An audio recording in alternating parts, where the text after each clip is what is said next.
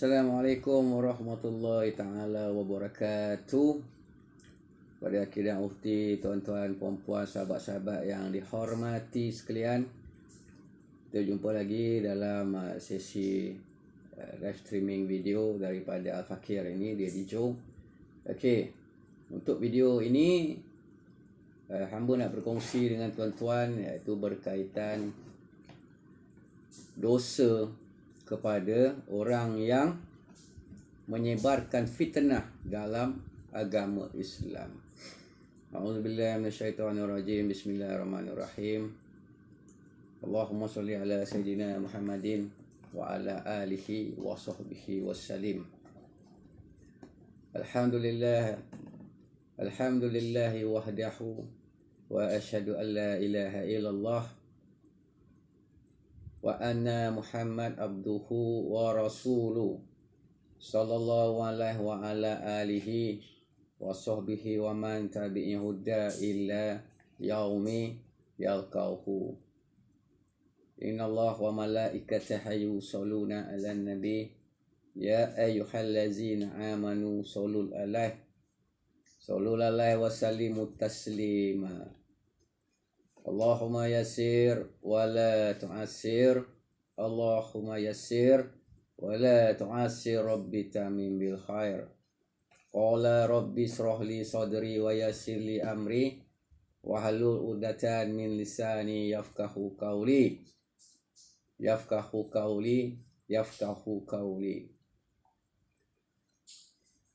La ilaha illallah anta subhanaka inni kuntu minaz zalimin. La ilaha illallah anta subhanaka inni kuntu minaz zalimin. Allahumma inni a'udzubika min azabil qabri wa min azabil jahannam wa min fitnatil mahya wal mamati wa min syarri fitnatil masihid dajjal. Ya Allah, ya Tuhan kami, aku berlindung kepadamu daripada segala siksaan azab kubur, dari segala siksaan azab api neraka Jahannam, dari fitnah hidup, dari fitnah mati, dan daripada fitnah Dajjal. Amma ba'du. Alhamdulillah. Allah Subhanahu wa taala berfirman di dalam Al-Quran, wahai orang-orang yang beriman, jika datang kepada kamu orang fasik yang membawa suatu berita, maka periksalah dengan teliti agar kamu tidak menimpakan sesuatu musibah kepada suatu kaum tanpa mengetahui keadaannya, yang menyebabkan kamu menyesal dengan perbuatanmu. Al-Quran Surah Al-Hujurat ayat 6. Allah Subhanahu wa taala memberikan kata-katanya di dalam Al-Quran khas buat kita umat manusia. Kata-kata ini daripada Allah adalah satu kebenaran dan juga sebuah perintah untuk semua orang, dan perlu digunakan setiap hari untuk kita mengetahui setiap berita-berita yang disampaikan kepada kita, sama ada berita itu buruk ataupun yang benar. Maka jika terjadi perkara yang membingungkan dalam masyarakat kerana perkara-perkara buruk yang disampaikan daripada orang-orang yang menyampaikan pula adalah orang-orang yang terlibat dalam hal-hal fitnah ini, maka sahabat-sahabat, tuan-tuan dan puan-puan, janganlah kalian mendengarnya. Janganlah kalian pula menyebarkan fitnah itu. Wahai manusia, jika seseorang yang buruk, yakni orang yang buruk, orang yang suka menyebarkan fitnah, datang kepada kamu, lalu dibawa suatu berita informasi yang buruk atau yang palsu, yang tidak pasti, yang tidak tahu sumbernya,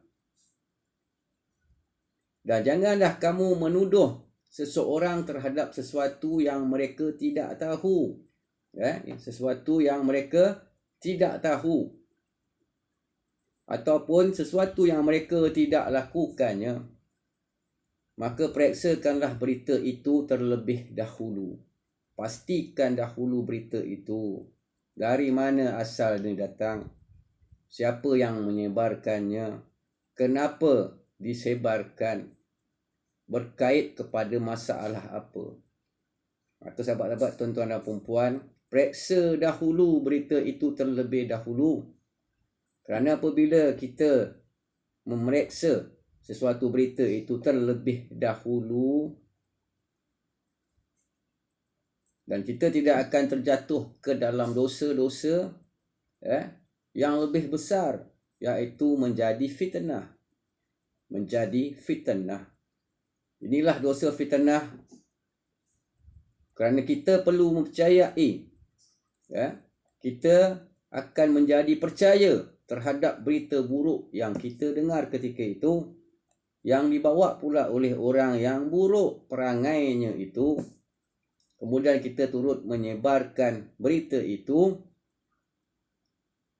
dan ia akan menjadi wala tajassasu wala yahtab badakum bada ayuhibu ahadakum an yakulu laham akhihi maitan. Janganlah kamu mematai saudara kamu, melihat-lihat saudara kamu, sekodeng-sekodeng saudara-saudara kamu, dan janganlah kamu memburukkan di antara satu sama yang lain. Apakah kamu ingin memakan daging-daging yang mentah?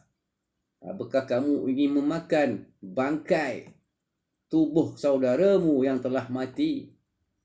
Dan Allah SWT tidak suka akan perkara ini. La yakhtab ba'dakum ba'da. Jangan memburuk-burukkan satu dengan yang lain. Jangan bercakap benda-benda yang buruk tentang satu sama lain. Kerana itu Allah akan menempatkan manusia di bawah hukumannya, dan akan mengambil seluruh kebaikan yang telah pernah kamu lakukan. Maka segala kebaikan, hasanah-hasanah kebaikan yang kita lakukan akan diambil oleh Allah, dan Allah memberikan kebaikan kita kepada orang yang kita zalimi itu. Dan kemudian kita pula akan menerima dosa-dosa dari orang yang kita burukkannya itu diberikan kepada kita. Sahabat-sahabat, tuan-tuan dan puan, akhi dan ukhti yang dihormati, memfitnah hukumnya ini lebih berat daripada hal-hal taat kepada Allah.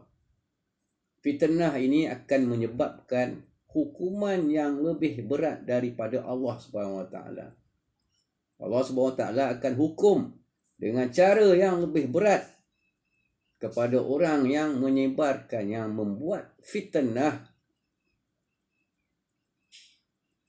Kerana fitnah ini, sahabat-sahabat, tuan-tuan dan puan, anda perlu tahu, ia ini membuat orang menjadi keliru. Membuat orang menjadi keliru. Fitnah akan menciptakan situasi-situasi di mana banyak orang lain yang tidak berdosa akan turut terjatuh ke dalam dosa fitnah itu tanpa mereka ketahui bahawa mereka telah jatuh ke dalam sebaran perangkap-perangkap syaitan, iblis, dajjal dan jin kafir. Maka tidak ada jalan keluar bagi orang yang suka menyebarkan fitnah. Tidak ada pengampunan bagi orang yang membuat fitnah. Itulah akan sebabnya yang berlaku, iaitu Allah SWT sangat-sangat tidak sukai manusia, terutama orang Islam, yang suka menyebarkan fitnah. Fitnah, tuan-tuan dan puan-puan, ketika seseorang membuat fitnah, setelah fitnah itu berlaku, maka orang yang mendengarnya, orang yang lain mendengar akan percaya. Kemudian datang pula generasi yang baru. Dan mereka juga menerima fitnah itu. Maka mereka akan percaya fitnah-fitnah itu. Dan situasi yang tercipta telah membuatkan dan menjadikan tidak ada orang yang akan berfikir untuk menilaikan masalah sesuatu fitnah itu. Mereka tidak akan terlintas untuk berfikir, untuk mengetahui apa yang mereka terima sesuatu berita itu, adakah benar, adakah sumbernya yang benar, adakah palsu. Maka ini akan menjadi satu masalah yang besar. Kerana kita tidak akan sedar kita telah terjatuh ke dalam perangkap syaitan dan iblis. Maka apa yang akan berlaku fitnah itu bila dibiarkan lama-lama tanpa orang ini mengetahui ia adalah fitnah, kemungkinan ia akan mengambil masa fitnah itu bertahan selama 10 atau 15 tahun. Kemudian akan ada orang-orang yang terkemudian datang dan mula berfikir dan menilaikannya. Adakah ia satu realiti yang telah ditetapkan sebagai kebenaran? Atau seseorang yang menuduh-nuduh. Dan mereka menganggapkan hal itu setelah beberapa waktu sebagai sebuah fakta kebenaran. Tetapi pada kenyataannya, ia adalah satu berita yang bohong, yang tipu. Maka tidak ada jalan keluar untuk mereka yang telah menyebarkan fitnah ini. Dan juga orang-orang yang turut sama menyebarkan berita-berita fitnah. Maka ini adalah satu fatwa kepada orang awam, iaitu dosa orang yang memfitnah lebih besar daripada orang yang telah melakukan dosa-dosa besar. Baginda Nabi SAW berkata dalam hadisnya, tuan-tuan, syafaati li ahl al-kabair min umati, syafaatku untuk orang yang akan melakukan dosa besar. Maka daripada pemahaman hadis ini, tidak akan ada syafaat Nabi SAW kepada orang-orang yang menyebarkan, orang-orang yang membuat berita-berita fitnah.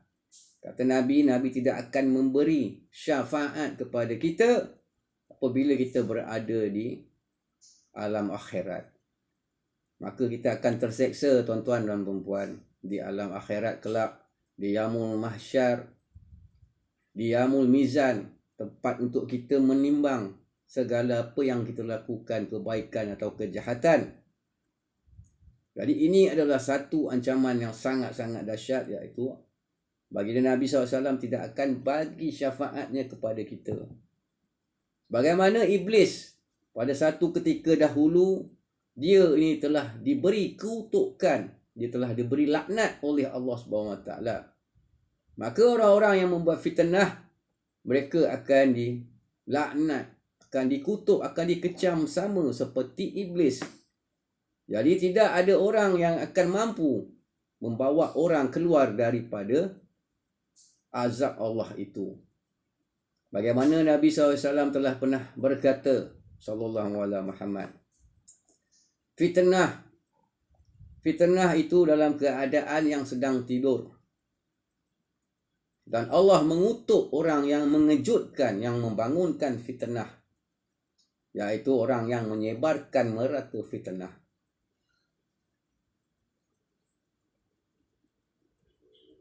Dan untuk itu, apabila sesuatu yang benar-benar telah berlaku dan terjadi, lalu bagaimanakah dengan orang yang membuat cerita-cerita fitnah itu? Ia laksana seperti orang-orang, mereka ini mereka-reka sebuah cerita-cerita bohong. Mereka-reka sebuah cerita dengan mencampurkan berbagai-bagai macam penipuan. Dan mereka menyebarkan kebohongan itu secara merata. Maka para pembuat fitnah berada di bawah kutukan laknat Allah Subhanahu Wa Taala. Dan mereka ini menjadi seperti syaitan. Tidak ada syafaat baginya. Tidak ada syafaat untuknya syaitan. Kata Nabi SAW, fitnah itu dalam keadaan yang sedang tidur, maka jangan gerak dia. Jangan kejutkan dia bangun. Jangan gerakkan dia. Jangan suruh ia bangun dari tidurnya. Terutama bila fitnah itu baru sahaja berlaku dan terjadi. Dan ketika anda telah mengejutkan, membangunkan fitnah, maka anda akan dikutuk, dilaknat oleh Allah SWT. Dan berapa banyak dari kita yang cuba nak sebarkan fitnah dalam dunia ini. Dan untuk menyebarkan fitnah yang sebenarnya tidak ada dan ia tidak benar. Itulah sebabnya berkata Sayyidina Ali radhiyallahu anhu, tutup mulutmu, diam itu lebih baik, kata Sayyidina Ali.